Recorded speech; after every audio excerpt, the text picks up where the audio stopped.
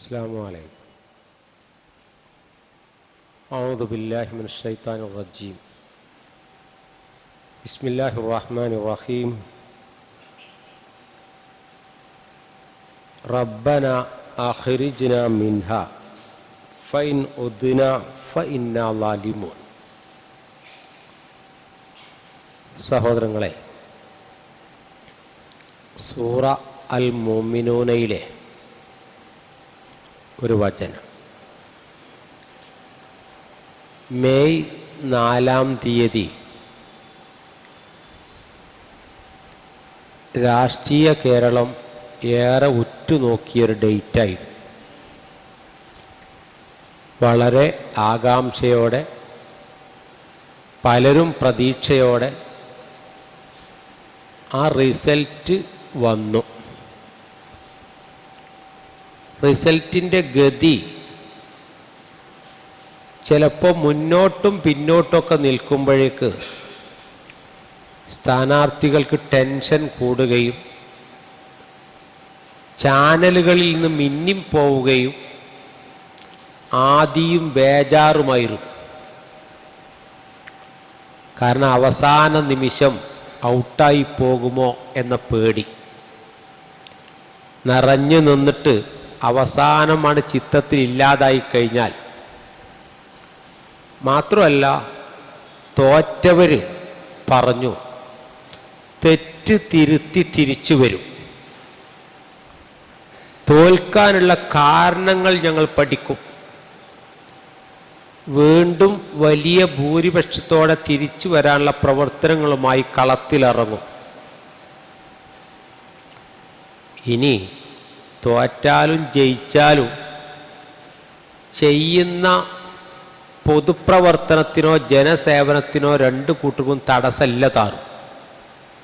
തോറ്റതുകൊണ്ട് പൊതുപ്രവർത്തനം നിർത്തേണ്ടതില്ല, ജനസേവനം അവസാനിപ്പിക്കേണ്ടതുമില്ല, അത് തുടരാം. പക്ഷെ അധികാരത്തിൻ്റെ മധുരം കിട്ടുകയില്ല എന്നത് മാത്രമേ തടസ്സമുള്ളൂ. ഇവിടെ വിശ്വാസികളായ നമ്മെ സംബന്ധിച്ചിടത്തോളം നമുക്ക് ഒരു റിസൾട്ട് വരാനുണ്ട്. അതിന് രാവിലെ 8 മണിക്ക് തുടങ്ങിയ വൈകുന്നേരം വരെ കാത്തിരിക്കണ്ട. മാശറയിൽ ഹാജരാക്കിയ മനുഷ്യൻ ഞൊടിയിടയിൽ വിചാരണ പൂർത്തിയാവും. വിചാരണ പൂർത്തിയാവാനുള്ള ഘടകങ്ങൾ നമ്മൾ ഈ ഭൂമിയിലൂടെ സഞ്ചരിച്ച സ്ഥലങ്ങളും നമ്മൾ സഞ്ചരിക്കുമ്പോൾ ഒപ്പമുണ്ടായ ടൈമും സ്പേസും നമുക്കെതിരെ സാക്ഷി പറയും. അത് മാത്രവുമല്ല,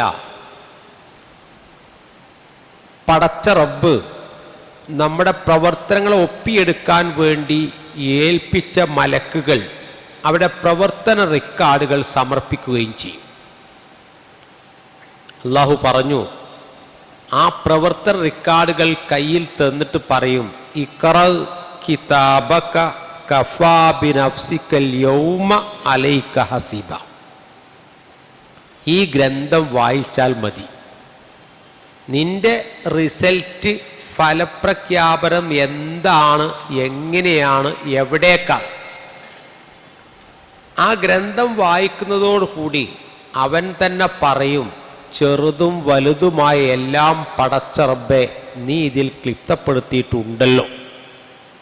എന്നിട്ട് ആ ഗ്രന്ഥത്തെക്കുറിച്ച് ഖുർആൻ തന്നെ പറയുന്ന വാക്ക് അഹ്സാഹുല്ലാഹു, അല്ലാഹ് അതിലെല്ലാം ക്ലിപ്തപ്പെടുത്തിയിട്ടുണ്ട്. വനസുഹു, അവരത് മറന്നിട്ടുണ്ടാവും. ഈ 10-20 കൊല്ലക്കാലത്തെ പ്രവർത്തനങ്ങളൊക്കെ പലതും മറന്നു പോയിട്ടുണ്ടാവും, പലതും അതിന് അർഹിക്കുന്ന രൂപത്തിൽ ഗൗരവത്തിലുണ്ടാവില്ല. പഴയ പടച്ച റബ്ബ് സമർപ്പിക്കുന്ന ഗ്രന്ഥത്തിൽ എല്ലാം രേഖപ്പെടുത്തിയിട്ടുണ്ടാവും. അതാണ് യൽഖാഹു മൻഷൂറ, അവൻ്റെ മുമ്പിൽ തുറന്നു വെച്ചിട്ടുണ്ടാവും. ഈ റിസൾട്ടിൻ്റെ ഒരു പ്രത്യേകത, തോൽവി സമ്മതിച്ചിരിക്കുന്നു, ഇനി രണ്ടാമതൊന്ന് നന്നായി പ്രവർത്തിച്ച് തിരിച്ചു വരാനുള്ള അവസരമില്ല. അതോടെ ആ റിസൾട്ട് അന്തിമമാണ്. അവന് പിന്നീട് അതിൽ നിന്ന് മാറി ചവിട്ടാനുള്ള വഴികളില്ല. അള്ളാഹു പറയുന്നുണ്ട്, യൗമ യബ്അസുഹുമുല്ലാഹു ജമീഅൻ, അള്ളാഹ് എല്ലാ മനുഷ്യന്മാരെയും ഉയർത്തെഴുന്നേൽപ്പിക്കും. ഫയുനബ്ബിഉഹും ബിമാ അമിലു, അവർ ചെയ്തതിനെക്കുറിച്ച് അവർക്ക് വിവരം കൊടുക്കും. ആ വിവരം കൊടുത്ത് ആളുകൾ എവിടേക്കാണ് പോകേണ്ടത്. അപ്പോൾ നമ്മൾ ഇപ്പോൾ ജയിച്ച സ്ഥാനാർത്ഥിയെക്കുറിച്ച് തോറ്റ ആളുകൾ പറയും, അവരും ഇവരും കൂടി ഡീലുണ്ടാക്കിയിട്ടാണ് ജയിച്ചത്, അല്ലെങ്കിൽ അവരെ കൂട്ടുപിടിച്ചിട്ടാണ് ഇവർ ജയിച്ചത്. അങ്ങനെ അതിന് കുറേ സാങ്കേതികത്വങ്ങളും കണക്കുകളൊക്കെ അവതരിപ്പിക്കും. പരലോകത്ത് അല്ലാഹ് പറഞ്ഞു, ഫല അൻസാബ ബൈനഹും, ഒരു ബന്ധങ്ങളും ഒരാൾക്കും ഉപകാരപ്പെടാത്ത ദിവസമാണ് അന്ന്. മനുഷ്യര് രക്തബന്ധങ്ങളെ കണ്ടാൽ പോലും യൗമ യഫിറുൽ മർഉ മിൻ അഖീഹി, സഹോദരനെ വിട്ടോടും, മാതാപിതാക്കളെ വിട്ടോടും, സഹധർമ്മിണിയെ വിട്ടോടും. അങ്ങനെ പരസ്പരം ഓടി അകന്നിട്ട് അവനവൻ്റെ രക്ഷപ്പെടാനുള്ള സാങ്കേതികതയിൽ മനുഷ്യന്മാർ കുടുങ്ങിപ്പോവാണ്. കാരണം അവൻ്റെ കൈക്കാലുകൾ തന്നെ അവനെതിരിൽ സാക്ഷി പറയുന്ന സംസാരിക്കുന്ന ഒരവസ്ഥ വരുമ്പോൾ മനുഷ്യൻ നിസ്സഹായരായി പരുങ്ങുന്നൊരവസ്ഥയിലാണ് ഞാൻ ഓതി വച്ച ആയത്ത് അല്ലാഹ് പറയുന്നത്. അവൻ പറയും, റബ്ബന അഖ്രിജ്ന, ആ നരകത്തിലേക്കാണ് അവൻ്റെ സ്ഥാനവും അവൻ്റെ വാസസ്ഥലവുമെങ്കിൽ ആ നരകത്തിൽ നിന്ന് അവൻ പറയുന്ന വാക്കാണ്, റബ്ബെ ഞങ്ങൾ ഒന്ന് ഇതിൽ നിന്ന് പുറത്താക്കി തന്നാൽ. ഫൈൻ ഉദ്ന, ഇപ്പം നരകമുണ്ട്, വിചാരണയുണ്ട്, മഹ്ശറയുണ്ട്, അമലു സാലിയാത്ത് ചെയ്തവനെ രക്ഷയുള്ളൂ എന്നൊക്കെ ഇപ്പോൾ ബോധ്യപ്പെട്ടു. ഇനി ആരുടെ വയലും വേണ്ട, കണ്ടു, ഞങ്ങൾ അനുഭവിച്ചു, ബോധ്യപ്പെട്ടു. ഇനി ഈ നരകത്തുനിന്ന് ഒന്നുകൂടി ഞങ്ങളെ മടക്കി തന്നാൽ, അത് അഫൈൻ ഉദ്ന.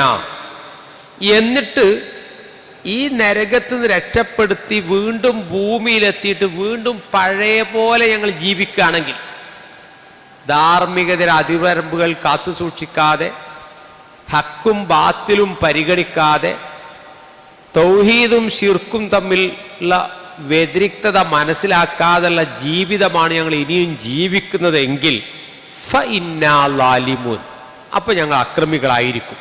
അപ്പോൾ ഒരു ചാൻസ് കൂടി ഞങ്ങൾക്ക് തരുകയാണെങ്കിൽ നന്നായി പ്രവർത്തിച്ച് തിരിച്ചു വരും എന്ന് അവരാവശ്യപ്പെടുമ്പോൾ, അത് അവിടെ മാത്രമല്ല, അള്ളാഹു നമ്മളെ ആയുസ് അവസാനിപ്പിച്ചുകൊണ്ട് മരണത്തിൻ്റെ ദൂതൻ വന്ന് റൂഹ് പിടിക്കുമ്പോൾ അപ്പോഴും മനുഷ്യൻ പറഞ്ഞു നോക്കും, ലഅല്ലി അഅ്മലു സാലിഹൻ ഫീമാ തറക്തു, ഒന്ന് വിട്ടേച്ചാൽ ഈ മരണത്തിൻ്റെ ഈ പിടുത്തത്തിൽ നിന്ന് അല്പം കൂടി സമയം നൽകുകയാണെങ്കിൽ ലഅല്ലി അഅ്മലു സാലിഹൻ, ഞാൻ ഇനി നല്ല പ്രവർത്തനങ്ങൾ കാഴ്ചവെക്കും.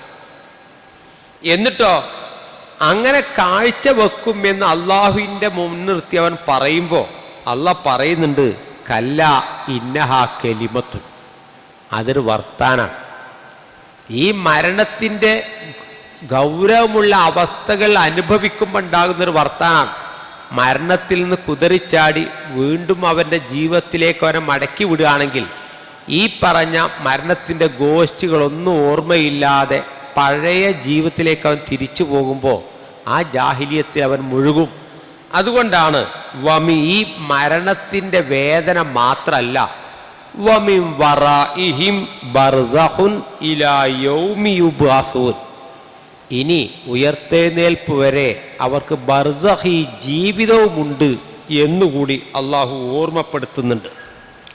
അപ്പം നമ്മളെ സംബന്ധിച്ചിടത്തോളം താൽക്കാലികമായി ദുനിയാവിലെ നേട്ടം അല്ലെങ്കിൽ ഇപ്പോൾ ഒരു പരാജയം ഒരു വിജയമൊക്കെ വരുമ്പോൾ നിങ്ങൾ ആലോചിച്ച് നോക്കൂ, മനുഷ്യർ വലിയ ടെൻഷനിലാവുകയും ജനങ്ങളെ ഫേസ് ചെയ്യാൻ കഴിയാതെ ഒളിഞ്ഞു പോവുകയും എങ്ങനെയാണ് എന്ന് ഒരു വല്ലാത്ത, സത്യത്തിൽ എന്താ നഷ്ടം നിങ്ങൾ ആലോചിച്ച് നോക്കൂ. തോറ്റ സ്ഥാനാർത്ഥിക്കും ജയിച്ച സ്ഥാനാർത്ഥിക്കും ഈ ഭൂമിയിൽ സ്പേസ് ഉണ്ട്, അവർക്ക് ഇനിയും ജീവിക്കാം, പ്രവർത്തിക്കാം. പക്ഷേ അധികാരസ്ഥാനത്തിരുന്ന ആളുകൾക്ക് ആ അംഗീകാരവും ആദരവും നഷ്ടപ്പെടുന്നു മാത്രമേ ഉള്ളൂ. ഇവിടെ സാധാരണ കോടിക്കണക്കിന് പൗരന്മാരില്ലേ നമ്മുടെ കേരളത്തിൽ, അവരൊക്കെ ജീവിക്കണില്ലേ? അവർക്കെല്ലാവർക്കും അധികാരം ഉണ്ടായിട്ടല്ലല്ലോ ജീവിക്കുന്നത്. തൻ്റെ പ്രവർത്തനങ്ങളും തൻ്റെ പെരുമാറ്റങ്ങളും ഇസ്ലാമികമായി മെച്ചപ്പെടുത്തി ജീവിക്കുന്ന ഒരു മനുഷ്യനെ സംബന്ധിച്ചിടത്തോളം അള്ളാഹു നൽകുന്ന ഒരാദരവാണ് അധികാരം എന്ന് പറയുന്നത്. അപ്പം നിങ്ങൾ ആലോചിച്ച് നോക്കൂ, നബി കരീം സല്ലല്ലാഹു അലൈഹി വസല്ലമ മക്കം ഫത്ഹ് മക്ക നബിക്ക് കിട്ടിയ സമയത്ത് സഹാബത്തിനെ 4 ഭാഗത്തേക്കാക്കി തിരിച്ചു. മക്കയിലെ പല പ്രാന്തപ്രദേശങ്ങളിലൂടെയും ഇങ്ങോട്ട് കയറി വരാം. എന്നിട്ട് റസൂല പറഞ്ഞു, ഒരു യുദ്ധത്തിൻ്റെ പ്രതീതിയല്ല, ആരെയും രക്തം ചിന്താതെയാണ് മക്ക കീഴടക്കേണ്ടത്. അങ്ങനെ മക്കയിലേക്ക് വരുമ്പോൾ തല താഴ്ത്തി പ്രാർത്ഥനാ നിർഭരമായിട്ടാണ് റസൂല മക്കയിലേക്ക് വരുന്നത്. സഹാബത്ത് വിശുദ്ധ ഖുർആനിൽ ആയത്തോതുന്നുണ്ട്, കുൽ ജാൽ ഹഖു വസഹകൽ ബാത്തിലു ഇന്നൽ ബാത്തില കാന സഹൂക. ഇതാ സത്യം വന്നിരിക്കുന്നു, അസത്യം തകർന്നിരിക്കുന്നു, അസത്യം തകർന്ന് തന്നെയാകുന്നു എന്ന് മുദ്രാവാക്യം വിളിച്ചിട്ട് ആണ് റസൂലുള്ളാഹിയും അനുയായികളും മക്കയിലേക്ക് കടന്നു വരുന്നത്. ഇപ്പോൾ നമ്മുടെ നാട്ടിലൊക്കെ വിജയിച്ചു എന്നതിൻ്റെ ആരവമറിയുന്നത് ലക്ഷങ്ങളുടെ പടക്കം പൊട്ടിയിട്ടാണ്. DJ പാർട്ടിയും വാഹനങ്ങളും അകമ്പടിയും നോക്കൂ. അതിലിപ്പോൾ മുസ്ലിം അമുസ്ലിം എന്നുള്ള വ്യത്യാസമൊന്നുമില്ല. കാരണം ജയിച്ചു എങ്കിൽ ആ ജയത്തിൻ്റെ ആരവം മുഴക്കേണ്ടത് റോഡ് ബ്ലോക്കാക്കിയും ബഹളുണ്ടാക്കിയും കുറേ കുട്ടികൾ മഗ്‌രിബിന്റെ ബാങ്ക് കൊടുക്കുമ്പോഴും റോട്ടിൽ കൂടെ അങ്ങനെ നടക്കുകയാണ്. സത്യത്തിൽ അള്ളാഹു നൽകിയൊരു നിയമത്താണെന്ന് തോന്നുന്നൊരു മനുഷ്യന് ഇത് ജീവിതത്തിലൊരു താൽക്കാലികമായ ഒരു പദവി മാത്രമല്ല, ഇസ്ലാമിക സമൂഹത്തിൻ്റെ ചിത്രവും കൂടി മുസ്ലിങ്ങൾ കൂട്ടി യോജിപ്പിക്കുമ്പോൾ തൻ്റെ പേര് സ്ഥാനാർത്ഥി ലിസ്റ്റിൽ ഇല്ല എന്ന് തോന്നുമ്പോഴേക്ക് മറുകണ്ഠം ചാടാൻ തോന്നുന്ന ആളുകളൊക്കെ ഉണ്ട്. തൻ്റെ പേരില്ല, ഇത്ര കാലം പ്രവർത്തിച്ചിട്ട് എൻ്റെ പേര് ഉൾപ്പെടുത്തിയില്ല എന്നുള്ളത് മറുകണ്ഠം ചാടി മത്സരിച്ചാലോ എന്നൊക്കെ ആഗ്രഹിക്കുന്ന ആളുകൾ. ഉമർ റളിയല്ലാഹു അൻഹു ഹിംസിലെ ഗവർണറെ രണ്ടാമതും അവിടെ തന്നെ ഗവർണറാക്കി നിശ്ചയിക്കാൻ വേണ്ടിയിട്ട് അദ്ദേഹത്തെ വിളിക്കുമ്പോൾ അദ്ദേഹം പറയുന്നത്, മതി, എനിക്കിനി വേണ്ട. കാരണം ഹിംസിലെ ഗവർണറെ കുറിച്ച് ശരിക്കും ഉമർ റളിയല്ലാഹു പഠിക്കുന്നുണ്ട്.